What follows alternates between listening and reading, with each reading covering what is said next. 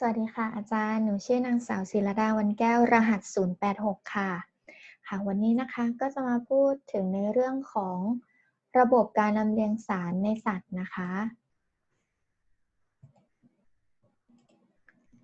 ค่ะระบบการลำเลียงสารในสัตว์นะคะในที่นี้นะคะจะเลือกระบบหมุนเวียนเลือดของสัตว์ที่มีกระดูกสันหลังนะคะระบบหมุนเวียนเลือดของสัตว์มีกระดูกสันหลังนะคะรวมถึงคนนะคะจะอาศัยอวัยวะที่เกี่ยวข้องและทำงานจะสัมพันธ์กันก็คือหัวใจและหลอดเลือดค่ะเลือดที่ไหลไปตามหลอดเลือดนะคะจะเป็นแบบปิดค่ะซึ่งก็จะหมายถึงเลือดเนี่ยจะหมุนเวียนอยู่ในหลอดเลือดและหัวใจตลอดเวลาค่ะไม่มีรูหรือช่องเปิดให้เลือดเนี่ยออกนอกหลอดเลือดได้นะคะโดยเฉพาะรอยต่อระหว่างหลอดเลือดดำเวนนะคะและหลอดเลือดแดงก็คือ artery นะคะจะมีหลอดเลือดฝอยนะคะ capillary นะคะเป็นจุดเชื่อมต่อบริเวณอวัยวะนั้นๆค่ะทีนี้เราก็จะยกตัวอย่างสัตว์ที่มีกระดูกสันหลังนะคะสัตว์ตัวแรกนะคะก็คือปลาค่ะปลานะคะจะมีระบบหมุนเวียนเลือดระบบปิดนะคะระบบการหมุนเวียนเลือดในปลาเนี่ยจะประกอบไปด้วย1นะคะหัวใจค่ะปลาเนี่ยจะมีหัวใจ2ห้องก็คือห้องบน atrium และห้องล่างนะคะ ventricle ค่ะ2นะคะก็คือเหงือก3ก็คือเส้นเลือดค่ะเส้นเลือดนะคะจะเป็นเส้นเลือดที่นำเลือดเนี่ยออกและเข้าหาเหงือกนะคะเส้นเลือดฝอยเนี่ยจะมีไว้แลกเปลี่ยนก๊าซค่ะระบบหมุนเวียนเลือดในปลานะคะเป็นระบบหมุนเวียนเลือดแบบปิดนะคะมีหัวใจที่แท้จริงสามารถทำงานได้ด้วยกล้ามเนื้อหัวใจนะคะการไหลเวียนของเลือดเนี่ยจะขึ้นอยู่กับการบีบตัวของกล้ามเนื้อทั่วตัวค่ะอันนี้ก็จะเป็นตัวอย่างนะคะของระบบหมุนเวียนเลือดในปลานะคะต่อไปนะคะสัตว์ครึ่งบกครึ่งน้ำค่ะมีวิวัฒนาการ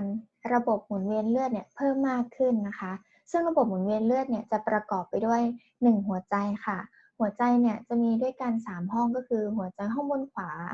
right atrium นะคะหัวใจห้องบนซ้ายคือ left atrium นะคะและหัวใจห้องล่างนะคะ ventricle ค่ะ2นะคะก็คือเลือดค่ะส่วน3ก็คือเส้นเลือดค่ะทีนี้สัตว์ครึ่งบกครึ่งน้ำเนี่ยจะมีหัวใจด้วยกัน3ห้อง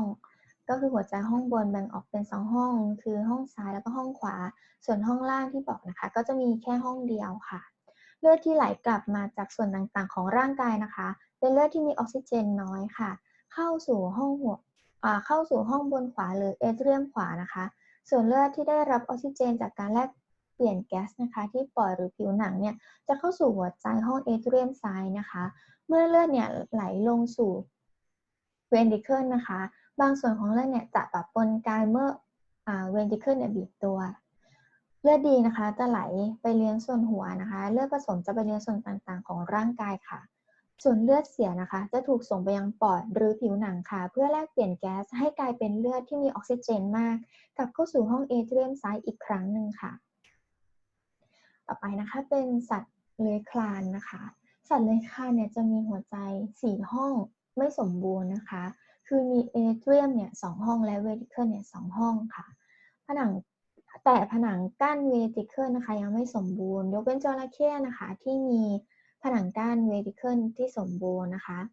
เลือดดีจากเอเทรียมซ้ายกับเลือดเสียจากเอเทรียมขวานะคะจะไหลปะปนกันในเวทิเคิลได้เล็กน้อยนะคะ เลือดดีที่มีเลือดเสียผสมอยู่บ้างจะไปเลี้ยงร่างกายและกลับเข้าสู่เอเทรียมขวาค่ะส่วนเลือดเสียนะคะจะออกจากเวทิเคิลไปฟอกที่ปอดค่ะต่อไปนะคะสุดท้ายก็จะเป็นนกและสัตว์เลี้ยงลูกด้วยนมค่ะนกและสัตว์เลี้ยงลูกด้วยนมนะคะจะมีหัวใจ4 ห้องที่สมบูรณ์นะคะคือหัวใจห้องบน2ห้องและหัวใจห้องล่าง2ห้องนะคะ มีการหมุนเวียนเลือดแบบ2วงจรค่ะ โดยเริ่มจากเลือกห้องล่างขวาเลือดห้องล่างขวาไปยังปอดทาง pulmonary artery นะคะเพื่อไปรับออกซิเจนแล้วกลับจากปอดเข้าสู่หัวใจห้องบนซ้ายทาง pulmonary vein นะคะแล้วลงสู่ห้องล่างซ้ายค่ะจากห้องล่างซ้ายนะคะ เลือดเนี่ยจะออกสู่ออร์ตาค่ะไปยังส่วนต่างๆของร่างกายและกลับเข้าสู่ห้องบนขวาทาง superior vena cava เนี่ยและ inferior vena cava ลงสู่ห้องล่างขวาค่ะสำหรับวันนี้ก็จบการนำเสนอเพียงเท่านี้นะคะขอบคุณค่ะสวัสดีค่ะ